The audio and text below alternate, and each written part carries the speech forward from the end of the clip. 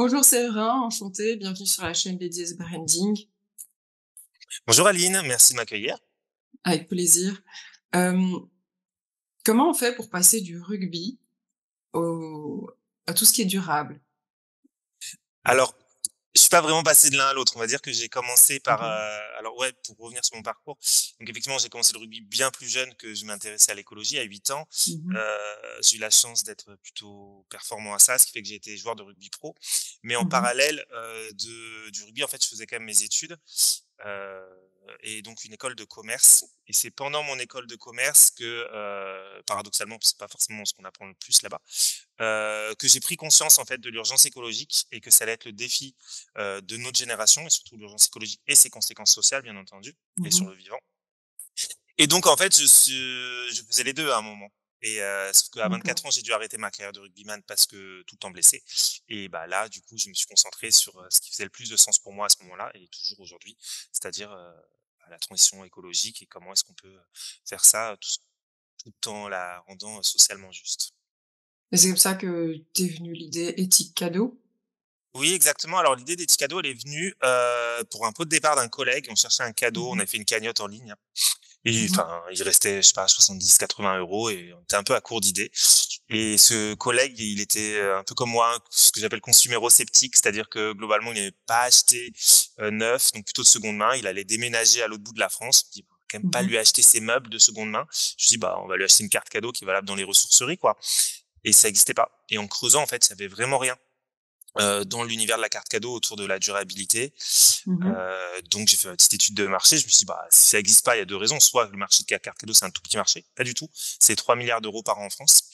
Mmh. Soit en fait, bah, voilà, je suis dans mon petit écosystème de bobos parisiens et à consommer durablement, mais en fait, ça ne concerne, que très peu de monde, et en réalité pas du tout. 78% des Mmh. Français souhaitent consommer plus durablement, et donc je me suis dit: «Mais en réalité, si ça existe pas, je sais pas trop pourquoi, mais il y a vraiment quelque chose à faire, et c'est quelque Mmh. chose qui peut permettre d'avoir un modèle économique viable tout en ayant un maximum d'impact», et d'où le fait de créer Etikado, en D'accord. 2019. Je me posais la question à un moment, cette carte, la matière, c'est en quoi?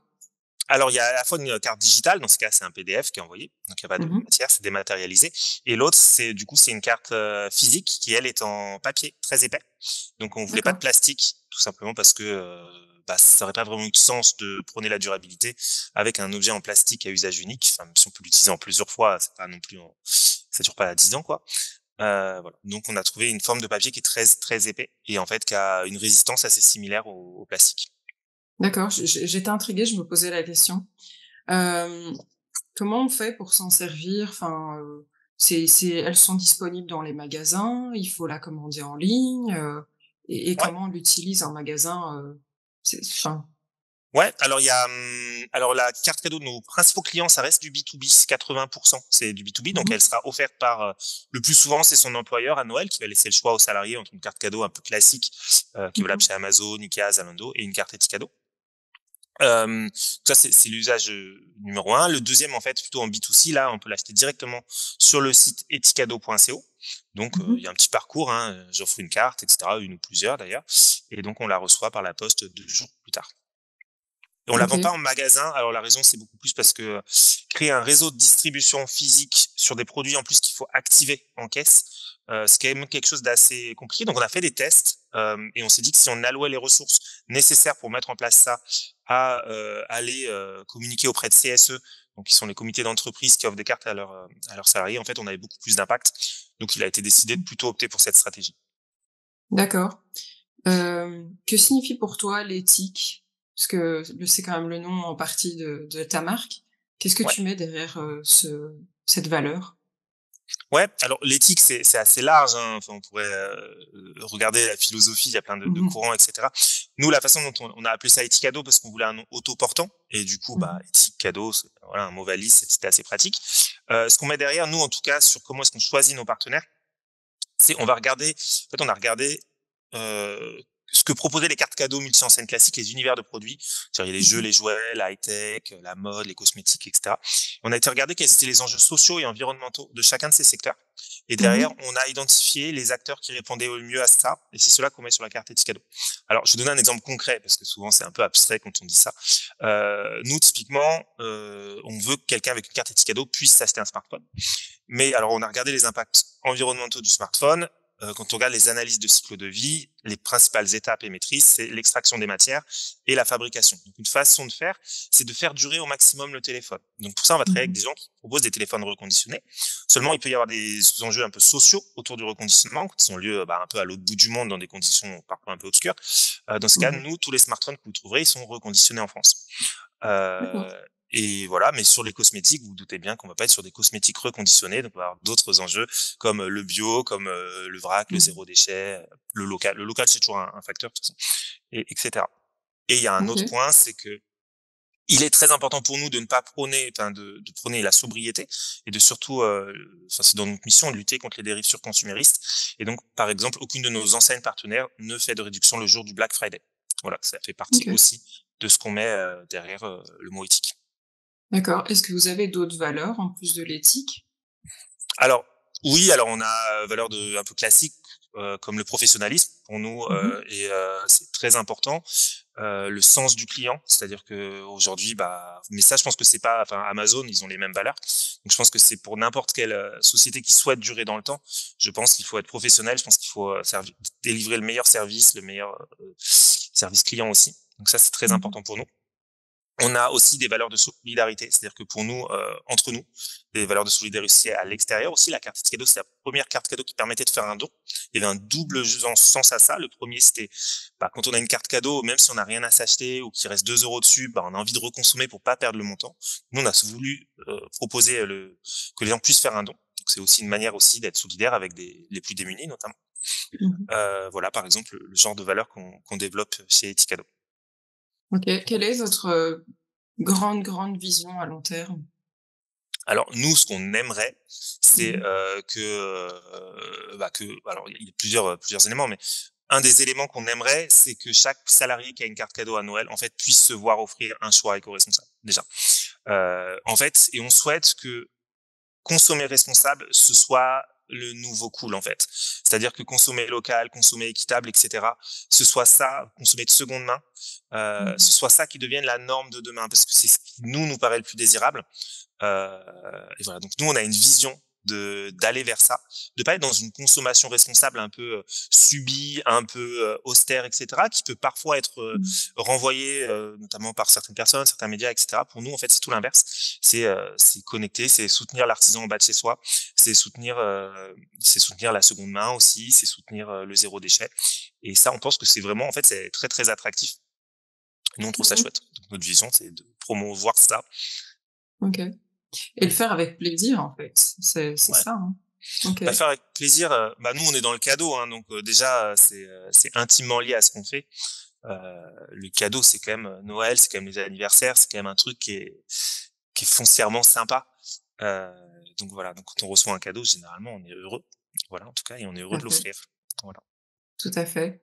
Ça me fait penser au fait que ma sœur, quand elle a eu un enfant, le premier truc que je suis allée faire, je suis rentrée dans une boutique de neuf, j'ai acheté un petit body à 50 € et enfin voilà, finalement, quand tu regardes le temps qu'ils le mettent, et je me dis: «Waouh», et puis elle est allée sur des brocantes, parce qu'elle, ça justement, ça la gênait pas, le seconde main, et j'y avais pas encore, totalement pensé, Mmh. parce que des fois on veut être, responsable, éco-responsable, mais on pense pas encore à tout, et en fait, tu avais des vêtements qui étaient comme neufs, pour beaucoup, beaucoup, beaucoup moins cher, et en fait, tu dis que tu peux en avoir plus, et à la vitesse à laquelle ils les mettent, il reste pas longtemps dedans, donc finalement, tu dépenses beaucoup d'argent pour du neuf qui va finir, Mmh.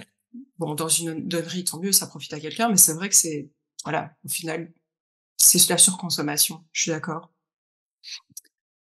C'est ça. C'est ça, Ouais. enfin, après, c'est normal, on a tout ça. En fait, il y a aussi un changement culturel, un changement de récit. Aujourd'hui, Mmh. offrir un cadeau de seconde main, alors je pense que c'est de plus en plus accepté et c'est de plus en plus, Mmh. heu OK, mais alors déjà, il faut que ça vienne de la personne qui reçoit. qui va recevoir le cadeau. En mode, j'ai des enfants et du coup on met et on reçoit aussi des invitations en mode on ne veut aucun cadeau neuf, par exemple.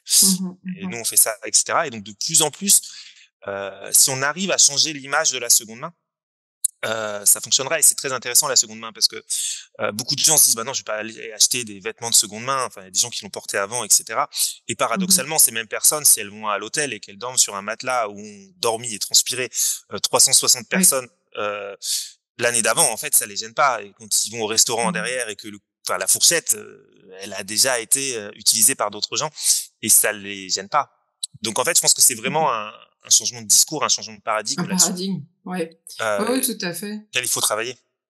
Oui, tout à fait. Et puis, je pense que les gens peuvent se dire aussi: «Oh, j'ai été sur une brocante acheter, des petits vêtements pour, l'enfant ou autre chose». Ça fait vraiment, genre, radin, alors qu'en fait, bah, non, finalement, tu peux faire plus plaisir et je dis, j'ai vu des vêtements, ils c'était limite comme ils sortaient du magasin, donc Bah ouais. oui, Bah, voilà. surtout sur les enfants, c'est-à-dire que nous aussi on a eu le cas, plein de cadeaux de naissance, les bodys, effectivement, si on prend taille naissance, ce qui est déjà souvent un peu une erreur parce que Mmh. effectivement déjà des fois à la naissance ils sont déjà plus grands. Mmh. Enfin il y en a qui effectivement il y a encore l'étiquette quoi. C'est-à-dire qu'on les a jamais mis. Enfin Ouais, tout nos à enfants ne fait. les ont jamais mis. Qu'est-ce que tu peux nous dire sur ton client idéal? Ses caractéristiques? Bah alors le client idéal, on va dire que c'est plutôt un client B2B parce que enfin ça c'est plus simple de vendre une fois 100 cartes que 100 fois une carte, très clairement. Donc ce serait une grosse structure en fait qui serait habituée à offrir des cartes cadeaux plutôt grandes enseignes ou des cadeaux genre des box qui sont pas très utilisés ou des chocolats où la moitié des gens vont pas les manger ou Ouais. devraient pas les manger, etc. Et qui en fait vont faire le choix de se dire bah non on va changer, on va offrir des cartes et petits cadeaux et comme ça chaque personne pourra acheter ce dont il a envie ou besoin chez des commerces responsables. Et ça c'est les meilleurs clients parce que c'est ceux où vraiment on arrive à faire un changement euh, dans à notre échelle, hein, mais dans le monde, un petit changement du fait que bah, chaque personne va pouvoir soutenir la cause qui lui tient à cœur aussi. Ouais, l'effet papillon. Hem Quel est le message principal, que tu as développé pour, justement atteindre ces clients? Alors, alors ça dépend des clients. Si on parle d'un client comme ça qui d'habitude offre par exemple soit à ses propres clients, soit à ses salariés des cadeaux comme ça, on va plutôt travailler sur la cohérence et sur l'envie et la marque employeur. C'est-à-dire Mmh. que aujourd'hui, beaucoup de boîtes, quasiment toutes, je pense, ont une démarche RSE, etc. Et en fait, la Mmh. carte éthique cadeau, c'est la déclinaison dans les cadeaux de cette démarche RSE. Donc, on va travailler là-dedans. En plus, bah, on va travailler sur le produit. Hein. Nous, quelque chose dont on est assez fier, c'est que c'est nos avis clients, on a 4,9 sur 5. Mmh. C'est vraiment, on veut que les gens soient heureux et reviennent l'année d'après. C'est primordial. Donc, on va vraiment travailler sur bah, le produit, il va plaire. On en est sûr parce que globalement, il ne plaira jamais à 100% des gens. Hein. On soit Non, d'accord, ça c'est mais c'est compliqué. impossible. Mais en tout cas, il va plaire et ça, l'image que ça va renvoyer, vous allez voir, c'est positif. Donc Mmh. c'est plutôt ça. Et après, on va travailler avec des CSE où c'est un peu différent. Chaque année, ils offrent des cartes cadeaux déjà, mais qui sont valables bah, dans les grandes enseignes, type Amazon, Toys R Us, etc. Et ceux-là, en fait, s'ils se posent la question de changer que pour des cartes et de cadeaux, on va leur dire de pas le faire. Donc c'est un peu paradoxal, mais parce qu'en fait, on veut pas que la consommation responsable se soit subie, on veut que ce soit choisi en fait. Mmh. C'est-à-dire que si quelqu'un qui a un bas salaire, chaque année en fait la carte cadeau que lui offre son CSE ou son employeur permet d'acheter le jeu vidéo de la Game Boy de l'enfant, etc.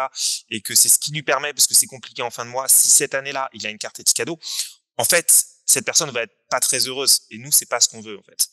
Donc on va plutôt avoir un discours envers ces clients-là de laisser le choix aux salariés, ceux qui veulent continuer à consommer comme avant, il n'y a pas de problème. Enfin, nous, c'est Mmh. pas, on n'est pas là pour leur dire de comment ils doivent consommer.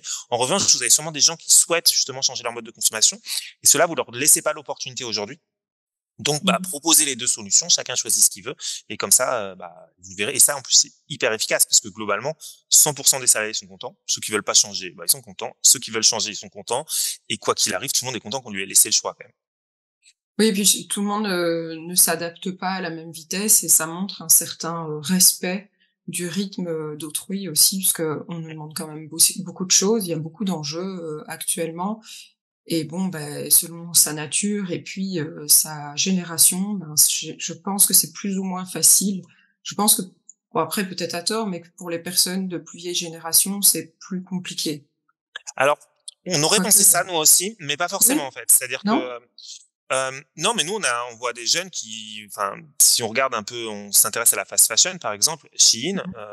en fait, c'est les jeunes, hein, qui achètent chez Ouais, Shein, c'est pas, hem ouais, et du coup, les jeunes ne sont pas tous engagés et les ouais, c'est vrai. personnes et nous, on a beaucoup d'élus de CSE parce qu'on discute beaucoup avec les élus de CSE. Donc, il y a effectivement une moyenne d'âge qui est un peu plus élevée, puis c'est des gens qui peuvent être là depuis un certain temps, etc. Et on voit des gens qui sont extrêmement engagés, en fait, Mmh. tant à titre perso que pour faire bouger leur boîte. Et quand on regarde même dans les clients particuliers des Ticado, c'est complètement éclaté au niveau des âges, quoi. C'est-à-dire que il y a pas D'accord. de et au niveau de rue, est-ce que c'est la population urbaine ou rurale, et cetera? Il y a, enfin, il y a plus de 1000 personnes qui ont répondu pour, identifier. En fait, on n'a pas réellement de persona, si ce n'est que c'est plutôt les OK. femmes, mais c'est parce que peut-être que c'est plutôt les femmes qui achètent les cadeaux et pas uniquement parce qu'elles sont plus je sais pas. Voilà, donc il y a pas, donc nous, on voit pas trop cet effet générationnel, en tout cas. Ah, j'avais de mon côté, j'avais l'impression, ouais, j'ai pas fait non plus d'audit, donc Ouais. voilà, je suis pas, voilà, une référence forcément, je préfère prendre des gants quand même. Heu, est-ce que tu as des concurrents dans ton domaine? Alors nous, nos plus gros concurrents, c'est vraiment les cartes cadeaux multi-enseignes, on va dire classiques. Mmh. C'est-à-dire que globalement, le CSE, il va laisser le choix entre la carte cadeau qui est valable dans toutes les grandes enseignes et Ticado. Donc pour nous, en fait, heu, c'est plutôt ça le cœur de notre marché concurrentiel. Sachant qu'en plus, on a une façon de travailler avec nos concurrents qui est assez intéressante, c'est-à-dire que il y en a beaucoup en fait qui voulaient du coup comme intégrer Ticado dans leur offre et en fait, on leur a carrément créé une catégorie éco-responsable. C'est-à-dire que nous, globalement, on se dit: «Est-ce qu'on n'aura pas plus d'impact?» Typiquement, no je remonte un peu le fil, mais ces Mmh. acteurs des grandes enseignes n'avaient aucune enseigne éco-responsable. Ils se sont dit: «Bah, faut le faire, c'est demandé par les clients et puis c'est bien pour notre démarche RSE, donc bon voilà, on va le faire, quoi». Mais en fait, on s'est rendu compte ils avaient pas vraiment l'expertise pour savoir ce qui est éco-responsable, ce qui l'est pas, et cetera. Mmh. Ils connaissaient pas les marques, pas les enseignes, et cetera. Donc en fait, même nous, OK. on est allé les voir aussi à un moment, enfin, on a discuté, on leur a dit: «Mais nous, on a cette expertise, on peut vous créer cette catégorie éco-responsable. Ce qui fait que aujourd'hui, même si un CSE ne propose pas la carte Eticado, on sait qu'il y aura au moins quelques enseignes éco-responsables sur la carte cadeau qui récupéreront. Et ça fait aussi partie de notre mission. Forcément, ça nous coupe un peu l'herbe sur le pied parfois, mais on pense que sur le long terme et sur la façon dont on veut changer aussi notre secteur d'activité, on pense que c'est un bon choix. Tout à fait. Est-ce que, toutes ces recherches que vous avez effectuées depuis le début, ont eu un impact sur, votre branding? Donc c'est-à-dire, la façon dont vous communiquez, l'image de la marque, l'identité visuelle? Ouais. Alors nous, au début, l'identité visuelle, elle a été faite un peu, voilà, par une pote, et cetera. C'était assez Mmh. intéressant. Il y avait un petit singe vert, que je trouvais très mignon. Et il y avait une petite feuille verte. C'était un peu too much, quoi. Il y avait Etikado, Mmh. le vert, le singe, la feuille. OK, je pense que tout le monde a compris. Alors qu'en plus, donc, mmh, enfin, ça a été fait comme ça parce que moi, je trouvais que c'était mignon d'avoir un singe, quoi. Donc ça devenait un peu léger. Donc au niveau du branding, on a fait un rebranding l'année dernière où justement, on sentait que notre image, enfin, ça correspondait même pas vraiment à ce qu'on faisait parce qu'il y a pas vraiment de lien. On est beaucoup sur le local, notamment. Mmh. Et localement, en France, il y a pas trop de singes, quoi. Hem Non. et donc ça, on a travaillé avec une agence, justement, on a changé la tagline, on a un peu réorienté tout ça. Ce qui fait qu'aujourd'hui, Mmh. je pense que c'est beaucoup mieux. Enfin, c'est beaucoup plus Mmh. moderne aussi et ça correspond mieux à qui on est. Il y a ça et au niveau de notre communication, ça, c'est un choix qui a été fait assez rapidement, en fait. On s'est dit, heu on n'a pas envie que notre discours soit acheter des cartes cadeaux. On se trouve ça, enfin, c'est chiant à mourir, quoi. Mmh. Globalement, on s'est dit, on a plutôt envie de se servir de nos médias, qui sont notre blog, nos réseaux sociaux, pour beaucoup plus servir notre mission. Donc, on est aussi une société à mission. Notre mission, c'est de favoriser une consommation plus respectueuse des femmes, des hommes et de l'environnement. Et donc, en fait, donc on a décliné, on va plutôt alerter sur les dérives sur consuméristes, on va plutôt proposer les alternatives. Tiens, vous voulez acheter un Apple, bah regardez, vous pouvez aussi acheter un Fairphone, regardez ce que c'est, etc. Ce genre de choses. On a des articles de blog qui ont eu énormément de succès. Par exemple, le dernier, c'était Etikado doit-il quitter les réseaux sociaux? Où on s'interroge sur le fait, est-ce qu'une marque, aujourd'hui, quand on sait des réseaux sociaux, par rapport à comment est-ce que bah, ça peut être aliénant, ça peut endommager le cerveau, etc. Enfin, toutes les études scientifiques qui sortent. En fait, on s'est posé même la question de savoir si le rôle d'Etikado, c'était pas justement de fermer nos réseaux. Mmh. On va aussi on a un qui a bien marché pour dénoncer le solidarité washing, les marques pas forcément très engagées, qui vont faire un produit où il y a 2% qui va à une asso et qui vont dire que c'est le produit solidaire, etc. Enfin, ce genre et qui Mmh. ailleurs vont faire n'importe quoi. Voilà, c'est des choses. On en a fait un aussi qui a beaucoup marché, c'était sur apprenez à détecter quand vous pousse à surconsommer. où on dénonçait un peu toutes les dark patterns que peut-être vous connaissez sur les sites e-commerce, en mode ceux qui ont acheté ça ont aussi acheté ça, rajoutez un Mmh. article et vous avez les frais de port offerts. Mmh. Faut avoir 5 personnes regardent cette fiche en ce moment. Enfin, toutes ces choses-là en fait qui jouent sur nos biais cognitifs, donc les biais de rareté notamment, ce genre de choses pour en fait identifier ça, analyser et dire bah voilà là ça joue sur tel biais qui existe pour telle raison. Donc nous on préfère communiquer là-dessus. Et ce qui fait qu'en fait, on a des taux d'ouverture de newsletter qui approchent les 50%, ce qui, nous, on nous a dit, était très significatif. Mmh. Mais parce que voilà, parce qu'on trouve que c'est plutôt ça notre rôle à jouer. Et que si les gens aiment bien notre marque, bah après, ou ils la découvrent, bah ils auront peut-être plus envie d'en parler à leur CSE ou d'en acheter pour leurs proches, quoi. Ouais, c'est très intéressant. J'ai plusieurs questions qui me traversent l'esprit. Bien sûr. Je vais commencer par la première. Est-ce que, à part en France, vous êtes disponible en dehors? Alors, Par exemple, moi je suis belge, donc je sais pas si en on peut retrouver Belgique. ça ici. Alors en Belgique, ouais, la carte Etscado, donc vous pouvez, on peut l'utiliser en Belgique, ou alors il y a même des boutiques françaises qui livrent en Belgique. Alors nous, on Mmh. pense ça revient un peu, on ne souhaite pas aller plus loin pour plusieurs Mmh. raisons. La principale, c'est on pense que la consommation responsable, il y a un aspect très local, il y a un aspect très culture locale, etc. Et on ne souhaite pas arriver dans un autre pays en disant bah voilà, on va vous aider à consommer responsable, nous venant de France, etc. Mmh. Euh, on pense que c'est le discours. Enfin, c'est pas forcément la place qu'on a envie d'avoir. En revanche, et ça est déjà arrivé par le passé, on a été contacté par des acteurs qui voulaient construire une carte Etscado, enfin l'équivalent d'une carte Etscado dans un autre pays. Et du coup, notre rôle, on s'est dit que c'est plutôt de les accompagner, de les faire venir Mmh. éventuellement chez nous, venez au bureau pendant une semaine, voyez comment on bosse, etc. Peut-être qu'on peut partager les technos, etc. Pour éventuellement à terme, si voilà, il y en a une en Angleterre, en Espagne, etc. Pourquoi pas faire une fédération, ce qui nous permettra de voilà d'adresser des clients, parce que parfois on a des clients qui ont des salariés un peu partout en Europe, et qui nous permettra d'avoir une offre cohérente. C'est plutôt comme ça que nous on voit l'expansion à l'international. Ouais, c'est vrai que débarquer dans un autre pays en leur faisant la leçon, ça fait un peu prétentieux. Enfin, ça peut paraître prétentieux. Oui, et puis même d'un point de vue business, en fait, d'ailleurs, le marché de la carte Mmh. cadeau, c'est 3 milliards. Aujourd'hui, on est plutôt à 3 millions, nous. On est encore très, très Mmh. petit. C'est-à-dire que globalement, je pense qu'il faut d'abord qu'on se concentre sur Mmh. notre marché domestique, où, voilà, Mmh. on a énormément de choses à faire avant d'aller chercher à se brûler les ailes ailleurs, quoi. Donc, il y Mmh. aurait de toute Tout à façon, je fait. pense, même sans cette philosophie, je ne pense pas qu'on y serait. OK. Ouais, c'est logique. Tu parlais de tes réseaux sociaux. Ouais, Comment vous gérez, cette enfin, déjà, quels sont ceux que vous utilisez? Parce que tu as dit les réseaux sociaux, je pense pas que tu aies oui. précisé. Quels sont ceux sur lesquels vous êtes présent? Et quels sont les autres points de contact que vous avez? Et enfin, pour aller avec, comment vous gérez tout ça? OK. Alors les réseaux sociaux sur lesquels on est, hein, donc alors historiquement, on avait ouvert un compte sur Twitter, sur Instagram, sur Facebook et sur LinkedIn. Twitter, on n'y est plus du tout. Enfin, c'est aussi depuis la reprise, on pense que par Elon Musk, on Mmh. pense que vraiment, enfin, on n'a plus grand-chose à faire là. Enfin, on n'a jamais trop été dessus. Donc on est sur Facebook, on poste très peu, Instagram et LinkedIn. Donc LinkedIn, c'est plutôt notre réseau principal parce qu'on a quand même une clientèle B2B. On pense qu'en plus, enfin, c'est un réseau qui est plutôt sain, on trouve. Alors avec tous ses Mmh. défauts, hein, comme n'importe quel réseau social, mais ça va. Et Instagram, donc on y est. On a interrompu pendant 2 mois là cet été. On s'interroge sur le fait de quitter complètement. En fait, c'est un vrai dilemme chez nous. Enfin, c'est une question qui est ouverte encore.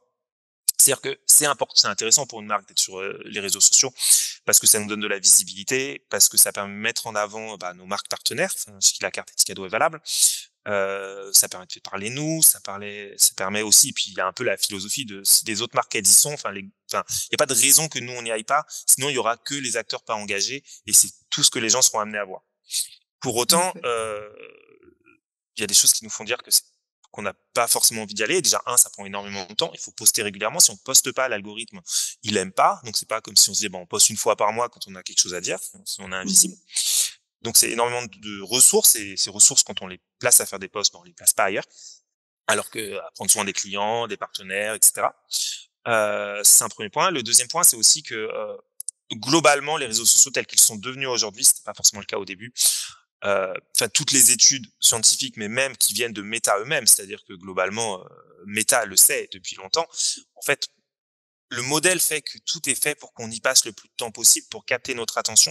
Et Mmh. pendant que ça capte notre attention, on n'est pas en train de faire autre chose. Et tout a été construit même pour qu'on y revienne, pour activer notre circuit de la récompense. Ce qui fait qu'aujourd'hui, Mmh. la libération de dopamine, on l'a quand on voit une vidéo qu'on aime bien avec la récompense aléatoire. Et du coup, de plus en plus, on l'a pas en faisant des choses concrètes autour de soi. Et globalement, il y a beaucoup d'inquiétudes, pas de moi, hein, je lis juste les études, mais Mmh. de pédopsychiatres, de psychiatres, etc., sur le fait que, en fait, c'est vraiment l'effet des réseaux sociaux à long terme est probablement très négatif. Et maintenant, sachant ça, qu'est-ce qu'on fait? Est-ce que ce qu'on veut pas, c'est être, maintenant qu'on sait ces éléments, c'est se regarder dans 20 ans en se disant: «On savait, on l'a fait, voilà, enfin tout le monde est, on sait que c'est catastrophique aujourd'hui et on a participé alors qu'on savait, quoi». Heu, voilà, donc c'est des questions qu'on se pose parce que c'est 2 forces, très fortes qui sont contradictoires. Donc on a écrit un article là sur le blog des Ticado, là-dessus comme je disais, qui a eu énormément de retours. On a beaucoup de gens qui sont revenus vers nous, qui nous en parlent et cetera. Parce que c'est une question que se posent en fait beaucoup de marques engagées, je crois. Heu Ouais, je serais curieuse de le lire d'ailleurs. et J'irai voir. ouais, et du coup, alors ça se pose plus sur Instagram du coup, et Mmh. donc mais on n'est pas tous d'accord, et pour l'instant on continue comme ça, et ça m'étonnerait pas qu'un jour, voilà, on décide. Et puis après il y a des réseaux comme TikTok où on ne souhaite juste pas aller parce que ça a été construit autour de ces biais cognitifs, etc., et voilà, on veut pas. Oui, j'avoue qu'on m'a déjà dit d'y aller, mais c'est le réseau, je pense, que j'apprécie. Enfin, je n'ai pas de compte, je n'en ai jamais eu, et je pense que c'est le réseau qui me tente le moins, voilà, et que je n'aime pas de ce que j'en vois. Après, je peux pas dire j'ai pas goûté, mais voilà, et c'est vrai. Mais après, il y a aussi le fait que tout le monde, comme tu dis, tout le monde y retourne constamment, étale sa vie, et il y a un petit côté aussi où quand toi, t'es dans la vraie vie et que tu y vas une fois de temps en temps et que tu essaies de construire des choses et que tu vois la vie de rêve de machin, machin, ça peut aussi avoir un impact, négatif sur ton moral. Et puis, Mmh. en fait, quand tu prends un pas de recul et que tu regardes, tu te dis: «Bah, en fait, sa vie est pas si parfaite que ça». C'est jamais que quelque chose de construit, en fait. C'est on vit plus dans la réalité. Actuellement, Meta fait de la pub à la télé pour, le métaverse, et je me dis: «Mais en fait, j'ai l'impression qu'on c'est comme une drogue, on quitte ces problèmes de la vie réelle pour se plonger dans un univers, fantastique, enfin irréel, et enfin voilà, on n'affronte plus, les vrais problèmes. Enfin, tout le monde ne se voile pas la face, mais enfin voilà, parfois j'avoue que ça me laisse perplexe. Voilà, c'est des questions que nous on se pose, et puis Mmh. après la responsabilité individuelle est très différente. C'est-à-dire que la responsabilité de notre entreprise, en fait. C'est-à-dire que globalement, nous on n'est pas du tout dans le jugement ou qu'est-ce que chacun doit faire, etc. Ça, Mmh. chacun est bien libre de faire ce qu'il veut. C'est plutôt notre Mmh. responsabilité en tant que société d'alimenter ça. Alors déjà, on fait aucune Mmh. pub, hein, sur ces réseaux sociaux parce qu'on ne souhaite pas les financer, ça c'est clair. Mmh. Mais même de poster, quoi. OK.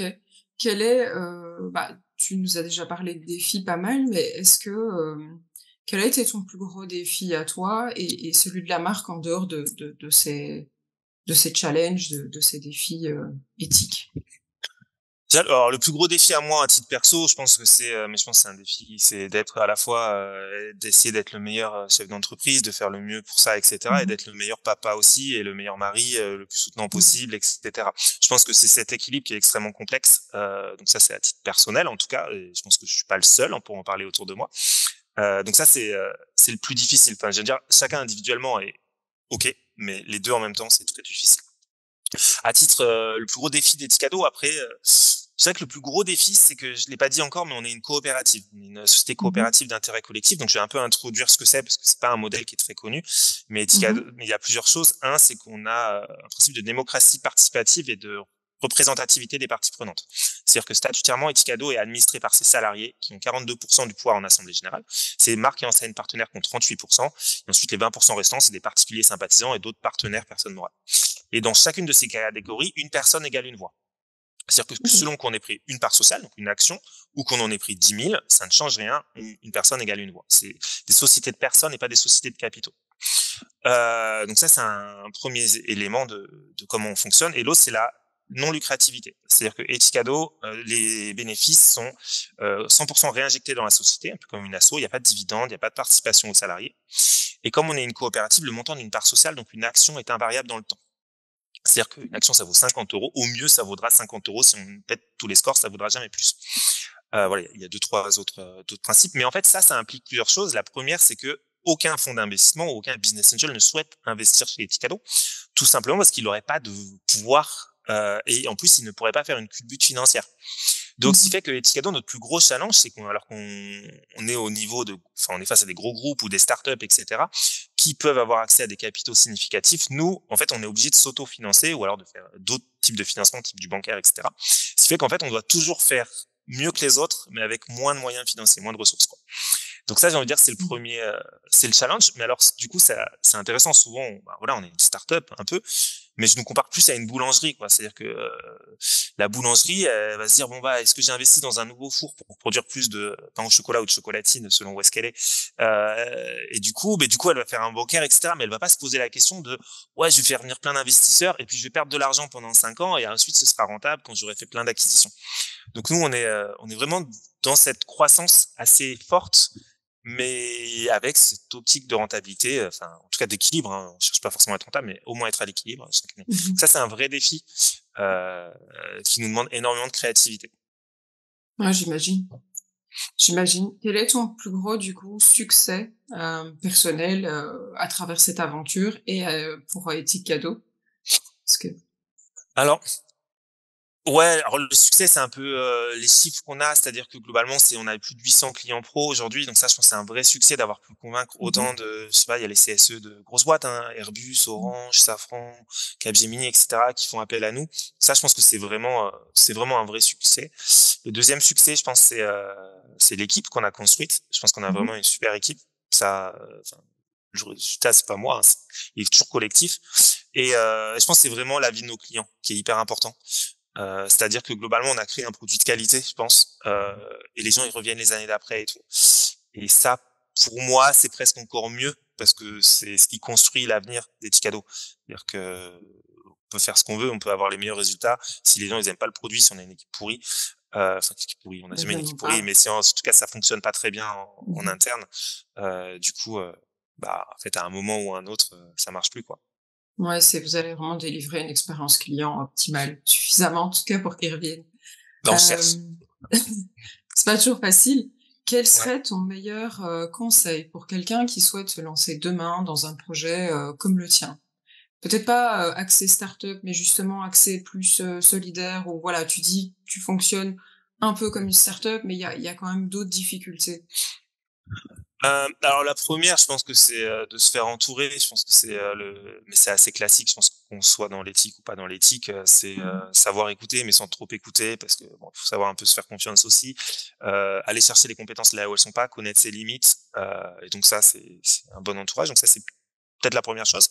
Et la deuxième, peut-être plus sur l'éthique. Je pense qu'il faut pas hésiter à aller très très loin dans l'énonciation de ses valeurs. Et par exemple, enfin, on parlait des réseaux sociaux, mais je pense qu'aujourd'hui, alors que ça peut paraître un choix complètement fou de quitter les réseaux sociaux, je ne pense pas que ça le soit. Je me rappelle très bien il y a des exemples, hein, Patagonia a fait une pub, je crois que c'était, il y a quelques dizaines d'années maintenant, mais sur Don't Buy This Jacket, où ils mettaient leurs produits, ils le disaient de pas l'acheter, avec bien sûr en dessous écrit, sauf si vraiment vous n'avez pas d'autre, quoi. Et je pense que ces discours un petit peu qui vont à l'encontre, enfin, de ça, moi, je rêve du moment où une marque de voiture mettra une photo de sa voiture en disant cette voiture pollue. Parce que globalement, ils sont tous en train de dire qu'elle pollue pas, mais en fait, tout le monde sait que c'est faux. Et on Mmh. leur demande pas de faire des voitures qui polluent zéro, en fait. C'est parce qu'on sait que c'est pas possible. Mais si on dit cette voiture pollue, mais on a fait le maximum parce qu'on a fait ça, ça, ça. Et vraiment, n'achetez pas cette voiture. Si vous avez juste besoin de faire des trajets que vous pouvez faire en vélo, achetez plutôt un vélo. Enfin, je suis convaincu que la marque d'automobile qui fait ça, en fait, bah ouais, en fait, enfin, les gens, ils vont accrocher avec ce discours. Et je pense que ce genre de discours et ce genre de radicalité euh, dans l'éthique, en fait, est utile. Et à mon avis, en plus, enfin, Etikado, dès qu'on le fait, en fait, c'est extrêmement efficace parce que c'est honnête, c'est franc, c'est sincère. C'est On n'est pas en train, authentique, ouais. on cherche pas à vendre des trucs. Voilà, il y a Loom ou une autre marque aussi sur leur emballage. Il y a marqué cet emballage pollue. Euh, Parce que c'est vrai, c'est du carton, ou même s'il était réutilisable, il a bien fallu le fabriquer, etc. Ils vont pas dire cet emballage est super et vert parce qu'il y a ceci, parce qu'il y a cela, quoi. Enfin, Mmh. Il y a ce côté transparence et cette franchise et puis cette ouais, volonté de ne pas vendre pour absolument vendre et n'en avoir, limite rien à faire que le client ait besoin du produit ou non, en fait. ouais. Ouais. Et toutes les marques que j'ai vues fonctionner comme ça, alors peut-être que j'ai vu que celles qui marchent, en fait, à chaque fois, ça cartonne, en fait. ça marche Mmh. vraiment bien, quoi. Et souvent, c'est la question, le problème, c'est toujours, il faut être le premier quand on fait ça, parce que quand on est le 10e à mettre cet emballage pollu, en fait, ça fait plus rien. Et Non. voilà. Et je pense que ça, c'est beaucoup d'innovation aussi, et c'est des prises de risques. Nous, on est même en train de se poser la question, tellement on n'aime pas les dark patterns sur les sites e-commerce, etc. On est en train de se poser la question de mettre une petite pop-up où il y a écrit en avez-vous vraiment besoin? Si oui, alors merci pour votre soutien aux acteurs d'une consommation plus éco-responsable. Sinon, bah, peut-être que vous devriez revenir plus tard. Et si vous ne savez pas, bah, là, on les invite à découvrir la méthode Bisou, qui est une méthode, est-ce qu'on en a, enfin, qui est un peu un chemin pour savoir si on a besoin d'acheter. Et, et on pense que, globalement, peut-être que les gens, ils ont pas, non, je n'ai pas vraiment besoin, ils arrêteront. Mais peut-être aussi qu'il y a des gens, ils ont, putain, mais j'adore ça, quoi. C'est génial. Mmh. C'est, voilà. C'est ce genre de questions qu'on se pose et que j'invite chaque marque éthique à se poser. Ouais, c'est très intéressant, il y a une belle réflexion derrière. Mais, j'irai vraiment visiter votre blog et lire les articles, c'est super intéressant. Hem, Avant de se quitter, j'ai une Ouais. dernière question à te poser, quelle est la question que je ne t'ai pas posée et que tu aurais aimé que je te pose, du coup? Ah, mince. Non, j'ai pas préparé celle-là. C'est ma petite Euh, surprise de fin d'interview. La question que j'aurais aimé que tu me poses éventuellement, c'est de savoir nos projets et, Mmh mh. et éventuellement les diversifications qu'on a faites. Notamment, bah, là, nos projets pour la fin d'année, déjà, c'est bien sûr, on fait 80% de notre volume de vente sur novembre-décembre. Donc, ça va être bien entendu euh, voilà, d'aller chercher le plus de clients possible.